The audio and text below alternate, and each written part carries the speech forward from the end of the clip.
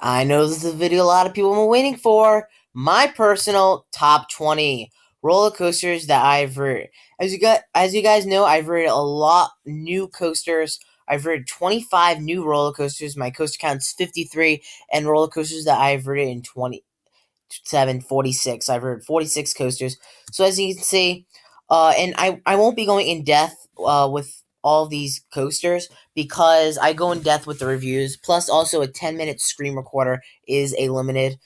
So as you can see my reviews right here. So those are like my reviews. So I won't be doing. So I have not rid all the coasters from like Midwest. I only rated probably like half of the coasters in Northeast, and this is determined on experiences, so such as intensity, airtime, smoothness, and such factors. So let's start off with number 20, which is going to be Skull Mountain. This is a pretty cool ride. It's in the dark. It's fine. It's great. It's not that great though. It's good. It's just in the dark, so that's why it's taking number 20. Number 19 is Super Duper Looper. This coaster is really running well. It's really smooth, to be honest. It's very fun. First looping coaster on the East Coast. Taking number 18 is actually a Vekoma Boomerang. This is Zoomerang at Lake Compounds. Now, I know this is a Vekoma Boomerang, but this is one of the better ones out there. It's still jerky, it's still rough, but it's way smoother than Flashback by a long shot. Taking number 17 is the world's tallest coaster, King the Ka. This coaster is rough, yes. I rode it third row. I couldn't wait till go to the front row to ride it. We just went right on. But third row it is rough. Like maybe people say all the rough. I wish they had lap bars like what Top Thrill Dragster has. So yeah. Number 16 is Superman Ultimate Flight. This is a flying coaster at Six Flags Great Adventure. This is a pretty fun one. This is my first flying coaster. The pretzel loop is really intense, probably the intense part on the coaster. Taking number 15 is Phobia Fair Coaster. This is my favorite launch coaster that I've ridden. It's really smooth. So yeah. Taking number 14, 13 and 14. These are two same, but I'm gonna break them into two. So number 14 is the Joker at Six Flags New England. Why I put the Joker at Six Flags New England 14? This one gives you less flips. This one doesn't even give you much flips at all, just one or two. You get one flip right here and the other flip right here. But not taking number 13 is the Joker at Six Flags Great Adventure. I like the Joker at Six Flags Great Adventure more than New England's because it gives you lots of flips, like 4 or 5 flips.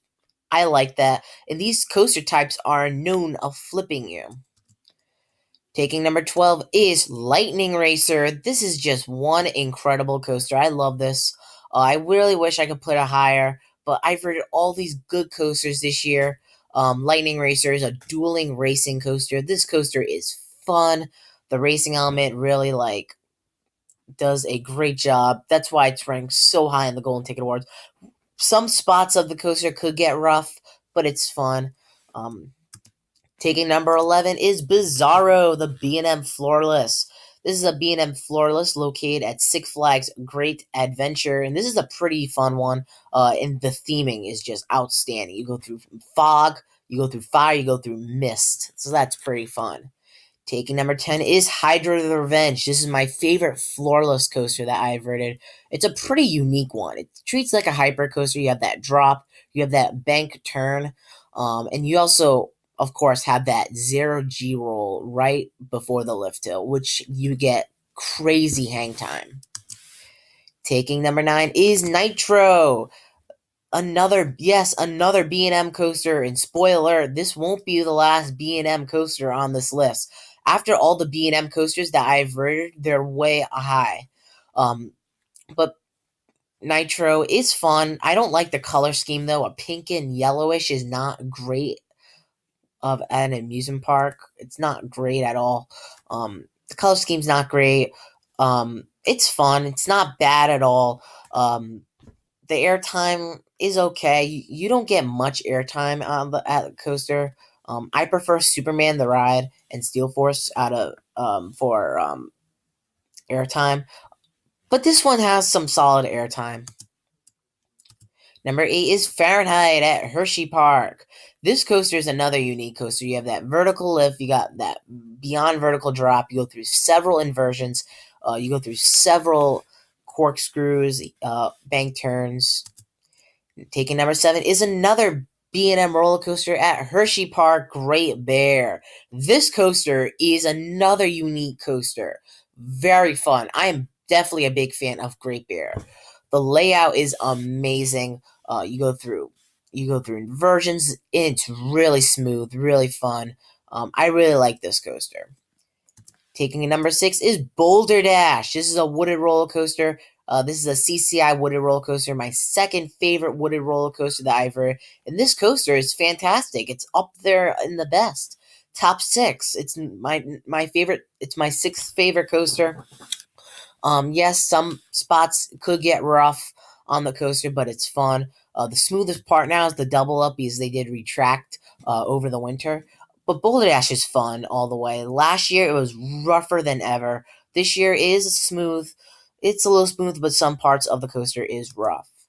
Now we are top 5. Number 5 is Superman the Ride, located at Six Flags New England. What a fun ride! This is a fantastic roller coaster. Yes, people do complain about the restraints, but to be honest, I don't have a problem with the restraints. I prefer some other type of restraint better than the Superman ones. But the airtime is amazing. Tunnel, you go through tunnel, they play music, plus the view is probably one of the best views on a roller coaster. You got the Connecticut River, you got mountains, you got everything.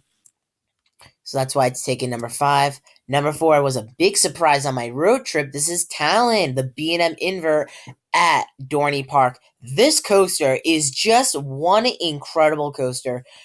It's smooth, it's intense. The zero G roll just delivers. This is by far one of my favorite roller coasters I have ever ridden. This coaster is incredible. So that's why it's taken number 4. Number 3 is another coaster at Dorney Park, Steel Force. This is my favorite hyper roller coaster that I've ridden. And you get plenty of great airtime.